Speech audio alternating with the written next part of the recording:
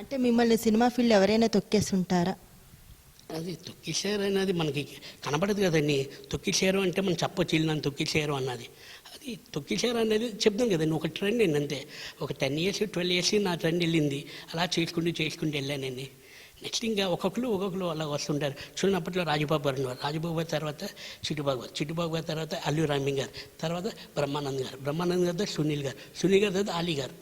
అంటే ఒక్కొక్క జనరేషన్ ఇలా వస్తుండేది. తొక్కిసారు అన్నది నాకు. అంటే ఇప్పుడు మీతో బ్రహ్మానందం గారు కానీ, ఆలీ గారు కానీ, సునీల్ వీళ్ళందరూ కామెడీ వాళ్ళే.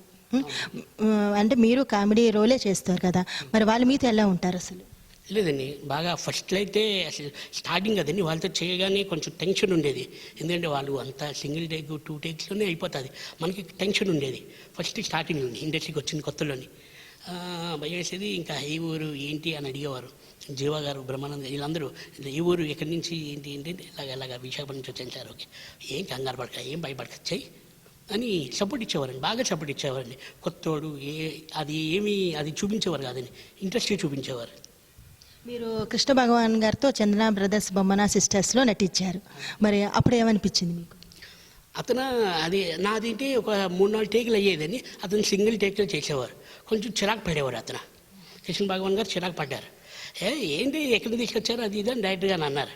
లేదండి, శ్రీనివాస్ రెడ్డి గారు ఆర్టిస్ట్, డైరెక్టర్ గారు శ్రీనివాస్ రెడ్డి గారు చందన బ్రదర్స్ బొమ్మన సిస్టర్స్కి ఆ డైరెక్టర్ గారు అన్నారు, లేదు చాలా మంచి ఆర్టిస్ట్, నాకు చాలా ఇష్టమైన ఆర్టిస్ట్ చేస్తారని అతను ఎంకరేజ్మెంట్ కూడా ఇచ్చారండి.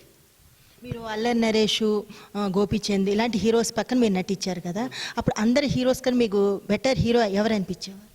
సరే, మీరు అల్లరి నరేష్, గోపీచంద్, పవన్ కళ్యాణ్ అలా మీ అందరు హీరోస్ పక్కన నటించారు, మీకు బెస్ట్ అని ఎవరు అనిపించారు?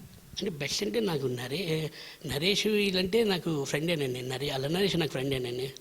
ఇంకా బెస్ట్ అంటే చెప్పాలండి, అందరూ వెళ్తే పవన్ కళ్యాణ్ బెస్ట్ అంటే అభిమానిగా.